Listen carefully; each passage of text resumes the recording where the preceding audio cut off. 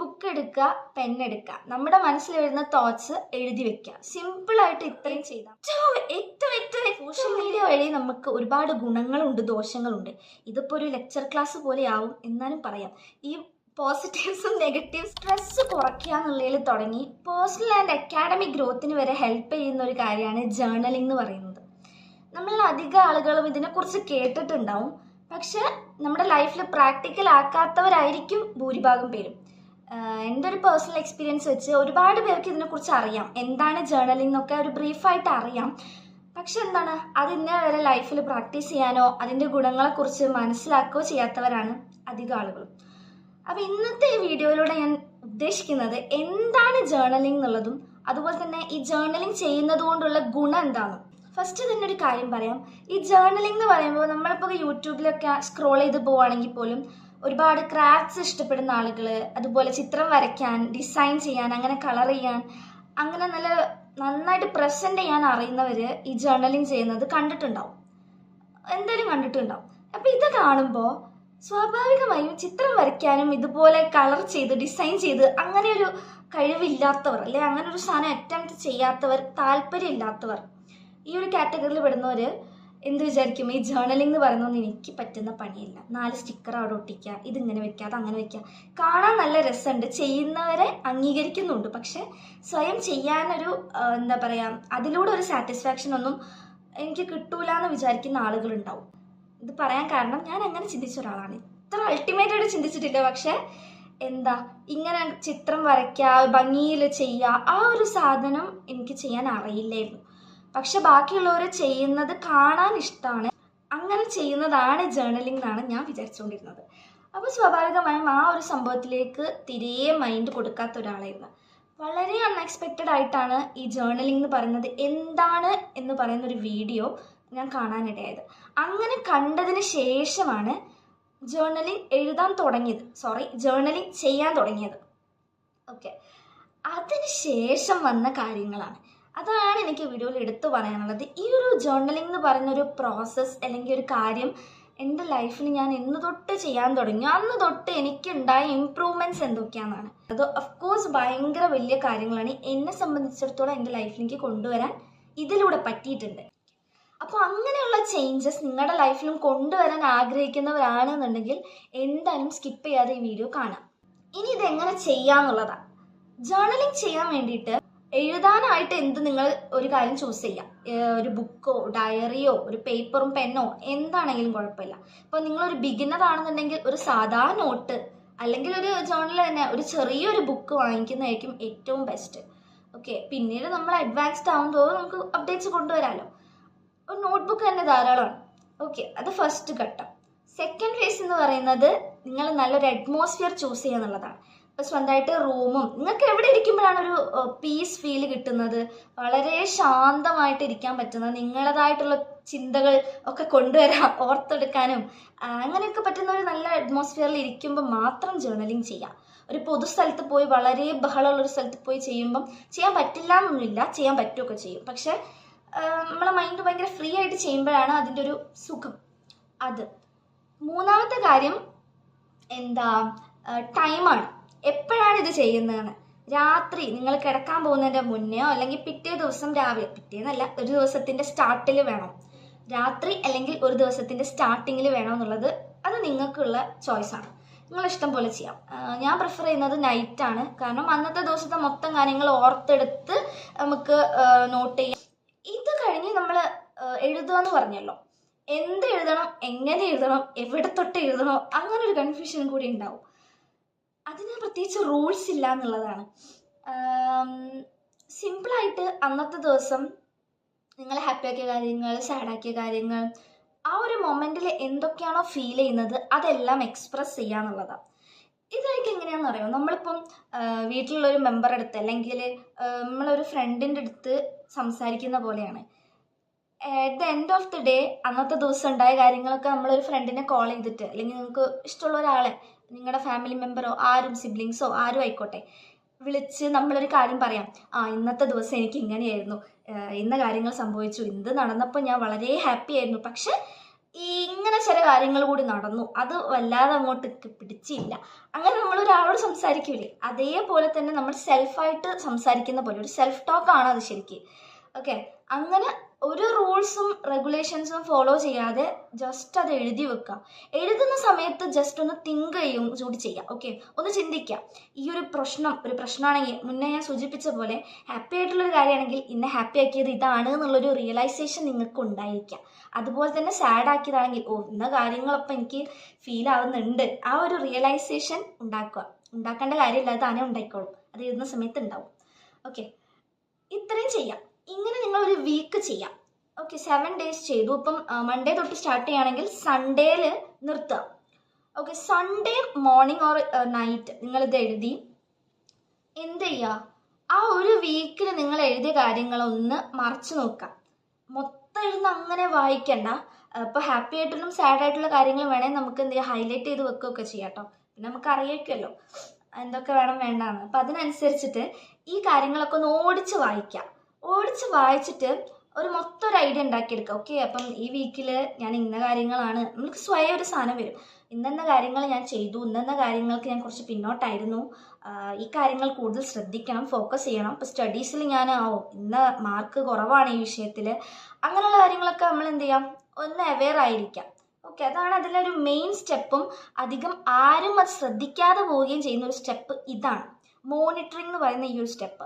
അതായത് ഇത് വെറുതെ എഴുതുമ്പോൾ നമുക്കൊരു റിയലൈസേഷൻ ഉണ്ടാവുമെങ്കിൽ കൂടി മറന്നു പോകാനും വീണ്ടും അതിലൊരു അപ്ഡേഷൻ കൊണ്ടുവരാനും മറക്കാനുള്ള ചാൻസസ് വളരെ കൂടുതലാണ്. അപ്പോൾ വീക്കിലി നമ്മളിത് മോണിറ്റർ ചെയ്യുന്ന സമയത്ത് ഇത് വളരെ ഹെൽപ്ഫുള്ളാണ്. ഓക്കെ, നമ്മൾ ലൈഫിൽ ചേഞ്ചസ് കൊണ്ടുവരാൻ വളരെ വളരെ ഹെൽപ്പ് ചെയ്യുന്നൊരു കാര്യമാണ്. നെക്സ്റ്റ് തിങ് എന്ന് പറയുന്നത്, ഇതുപോലെ വേറൊരു എക്സാമ്പിൾ ആയിട്ട് പറയുകയാണെങ്കിൽ, ഈ മോണിറ്ററിങ്ങിൻ്റെ ഒരു പ്രത്യേകത അല്ലെങ്കിൽ അതിൻ്റെ ഒരു മെറിറ്റ് കാണിക്കുന്ന ഒരു എക്സാമ്പിൾ പറഞ്ഞുതരാം. ഇന്നത്തെ ദിവസം നിങ്ങളൊരു പുതിയ സ്കിൽ പഠിച്ചു. ഇപ്പോൾ ഒരു ലാംഗ്വേജാണ് പഠിക്കുന്നതെന്ന് വിചാരിച്ചോ, അതിൽ 2 വേർഡ്സ് നിങ്ങൾ കറക്റ്റായിട്ട് ഇന്ന് ഗസ് ചെയ്തു. അപ്പോൾ എന്ത് ചെയ്തു, ജേർണലിൽ ഈ ഒരു കാര്യം ഇന്ന് ഞാൻ 2 വേർഡ്സ് ഗസ് ചെയ്തു. സപ്പോസ് ഇറ്റ്സ് ഫ്രഞ്ച് ഭാഷയാണ് പഠിക്കുന്നത്, നിങ്ങൾക്കൊരു ഫ്രഞ്ച് ഫ്രണ്ട് ഉണ്ട്. ഓക്കെ, ഫ്രഞ്ച് സംസാരിക്കുന്ന ഒരു ഫ്രണ്ട് ഉണ്ട്. അപ്പോൾ ഓൾറെഡി നിങ്ങൾ ഫ്രഞ്ച് പഠിക്കാൻ വേണ്ടി ട്രെയിൻ ചെയ്യാണ്. ആ ഫ്രണ്ട് പറഞ്ഞ 2 വേർഡ്സ് നിങ്ങൾക്ക് ഇന്ന് മനസ്സിലായി. അപ്പോൾ നിങ്ങൾ അതൊരു പ്രോഗ്രസ് ആയിട്ട് കണക്കാക്കി ജേർണലിൽ എഴുതി. Okay, next day something same happened, 2 words നിങ്ങൾ ഗസ് ചെയ്തു, അതും നിങ്ങൾ ജേർണലിൽ നോട്ട് ചെയ്തു. ഒരു 3rd ഡേ ആയപ്പോഴേക്കും നിങ്ങൾക്ക് ഒരു 5 വേർഡ്സ് ഗസ് ചെയ്യാൻ പറ്റി. ആൾ പറഞ്ഞാൽ കുറച്ചുകൂടി കാര്യങ്ങളും മനസ്സിലായി തുടങ്ങി. അപ്പോൾ നിങ്ങൾ എന്ത് ചെയ്തു, അതുകൂടെ എഴുതി വെച്ച്. അങ്ങനെ പോകെ at the end of the week 7th day നിങ്ങൾക്ക് ഫീൽ ചെയ്യും, ഇത്ര ദിവസം ഞാൻ ഈ ഫ്രഞ്ച് പഠിക്കാൻ തുടങ്ങിയിട്ട് ആകെ 2-3 വാക്കാണ് എനിക്ക് മനസ്സിലായത്. ആ ഒരു സാധനം നിങ്ങൾ ചിന്തിക്കും, എനിക്കിപ്പോൾ ഇത്രേ പറ്റിയുള്ളൂ. അങ്ങനെ ചിന്തിക്കുമ്പോഴാണ് നമ്മുടെ ജേർണലിൻ്റെ വരവ്. അപ്പോഴാണ് ഈ ജേർണൽ 7 ദിവസം എഴുതിയതെടുത്ത് വായിക്കുക. അത് വായിക്കുമ്പോൾ അറിയാൻ പറ്റും, ഫസ്റ്റ് ഡേ 2 വാക്ക് കഷ്ടിച്ച് മനസ്സിലായി, 3rd ഡേ ഏകദേശം അങ്ങനെ. ഒരു 4th 5th ഡേ ആയ സമയത്ത് എന്താ സംഭവിച്ചതെന്ന് വെച്ചാൽ എനിക്കത് കുറച്ചധികം വേർഡ്സ് മനസ്സിലാക്കാൻ പറ്റി. 5 വേർഡായി, പിറ്റേ ദിവസം അത് 6 വേർഡായിട്ടുണ്ട്. So it's an improvement bro. അതൊരു ഇംപ്രൂവ്മെൻ്റ് ആണ്, ഇറ്റ്സ് എ പ്രോഗ്രസ്. അത് പ്രോഗ്രസ് ആണെന്ന് നമ്മൾ തിരിച്ചറിയാൻ ചിലപ്പോൾ ഈ എഴുത്തിലൂടെ ആയിരിക്കും. വളരെ പ്രസൻസ് ഓഫ് മൈൻഡും ഡെയിലി സെൽഫ് മോണിറ്ററിങ് ചെയ്യുന്ന ആളുകളും ആണെങ്കിൽ ഈ ജേർണലിൻ്റെ ആവശ്യം പോലും ഇല്ല. അവർ സ്വയം മനസ്സിലാക്കും ഇംപ്രൂവ്മെൻറ്റ്സ് ഉണ്ടെന്ന് തിരിച്ചറിയും. പക്ഷെ എത്രയോ പേർക്ക് ഈ ജേർണൽ വഴിയാണ് ഈ കാര്യം മനസ്സിലാവുന്നത്. അതിലൊരാളാണ് ഞാൻ. തീരെ ഒന്നും ആയിട്ടില്ല, ഇത് അവിടെ എത്തിയിട്ടില്ല, ഇത്രയും ദിവസമായിട്ട് ഞാൻ ഇതാണോ ചെയ്തുകൊണ്ടിരുന്നത്, അങ്ങനെ ചിന്തിക്കുന്ന സമയത്ത് ഈ ജേർണലിൽ ഈ പ്രോഗ്രസ് എഴുതി വെച്ചിട്ടുണ്ടാവും ഓരോ ദിവസത്തെ. അതെടുത്ത് വായിക്കുമ്പോൾ ഇന്നലത്തേക്കാളും നന്നായി ഇന്ന് ചെയ്തിട്ടുണ്ട്, 2 ദിവസം മുന്നത്തേക്കാളും നന്നായി ഇന്ന് ചെയ്തിട്ടുണ്ട്, ഒരാഴ്ച വെച്ച് കമ്പയർ ചെയ്യുമ്പോൾ നല്ല ഇമ്പ്രൂവ്മെൻ്റ് ആയിട്ടുണ്ടാവും.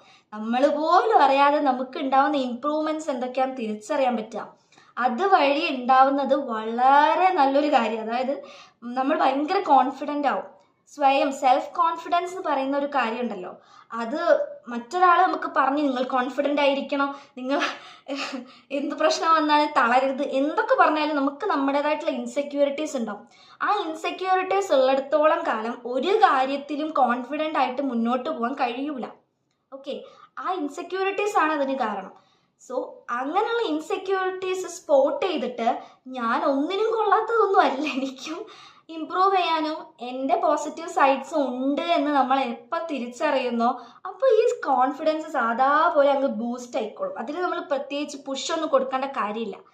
സെൽഫ് മോണിറ്ററിംഗ് എന്ന് പറയുന്ന ഒരൊറ്റ കാര്യം ചെയ്താൽ മതി. അതുകൊണ്ടാണ് ജേർണലിങ്ങിൻ്റെ ഇമ്പോർട്ടൻസ് ഇപ്പോൾ കൂടി വരുന്നത്. നമ്മുടെ ഇപ്പോഴത്തെ ഒരു സൊസൈറ്റി ഉണ്ടല്ലോ, ഈ ഒരു ജനറേഷനിൽ വളരെ വൈഡായിട്ട് നമ്മൾ യൂസ് ചെയ്യാവുന്ന സോഷ്യൽ മീഡിയ വഴി നമുക്ക് ഒരുപാട് ഗുണങ്ങളുണ്ട്, ദോഷങ്ങളുണ്ട്. ഇതിപ്പോൾ ഒരു ലെക്ചർ ക്ലാസ് പോലെ ആവും, എന്നാലും പറയാം.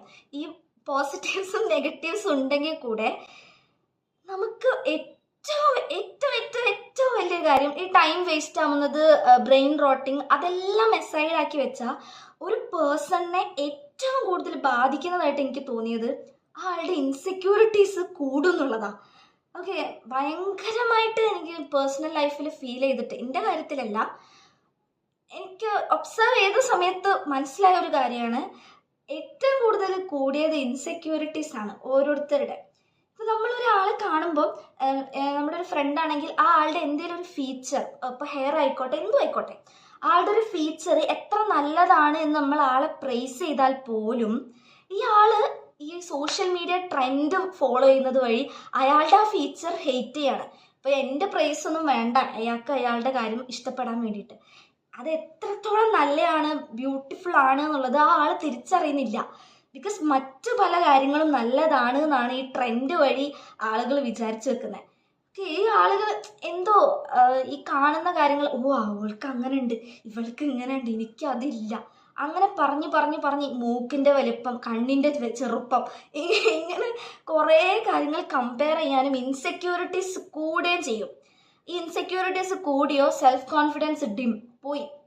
ഇത് പോകുന്നതാണ്, അത് പോയാൽ തീർന്ന്.